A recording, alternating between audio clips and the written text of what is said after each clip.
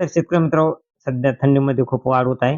परंतु सध्या एकदम नॉर्मल अंशतः ढगाळ वातावरण राहणार आहे. या ढगाळ वातावरणाचा महाराष्ट्रावर कसल्याही प्रकारे परिणाम होणार नाही. परंतु अ, साधारणपणे धुके येऊ शकते. कारण थंडीची खूप लाट असल्यामुळे आणि अंशतः आभाळ थोडंफार काही ठिकाणी ढगाळ वातावरण राहिल्यामुळे धुळीचा सर्वसाधारण ते नॉर्मल धुळीचा अटॅक होऊ शकतो. एवढे जास्त धुळी येणार नाही. परंतु सर्वसाधारण धुळी येण्याची शक्यता आहे. कारण काही तारखांमध्ये वातावरण ढगाळ राहणार आहे. त्यामुळे फक्त त्याचा परिणाम होऊ शकतो. परंतु सध्या तरी एवढा जास्त ढगाळ वातावरण राहणार नाही आणि थंडीमध्ये इतकी जोरदार वाढ होणार आहे. काही जिल्ह्यांमध्ये हिव पडण्याची देखील शक्यता आहे. तर शेतकरी मित्रांनो थंडी इतकी पडणार आहे, की एकदम भयान थंडी राहणार आहे आणि ही थंडी जवळ-जवळ पूर्ण महाराष्ट्रात जोरदार थंडी राहणार आहे.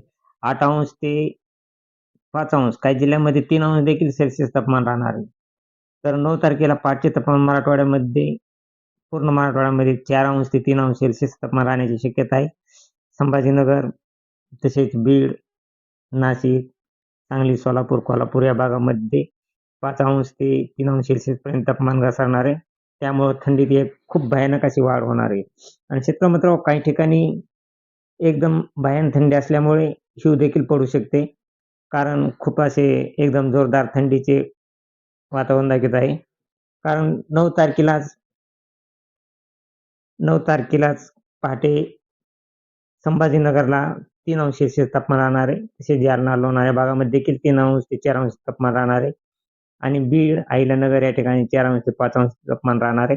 तसेच पुणे, सातारा, नाशिक या भागामध्ये 5° ते 6° सेल्सिअस तापमान 9 तारखेचे राहणार आहे. आणि सांगली, सातारा, कोल्हापूर या भागामध्ये 6° ते 7° तापमान राहणार आहे.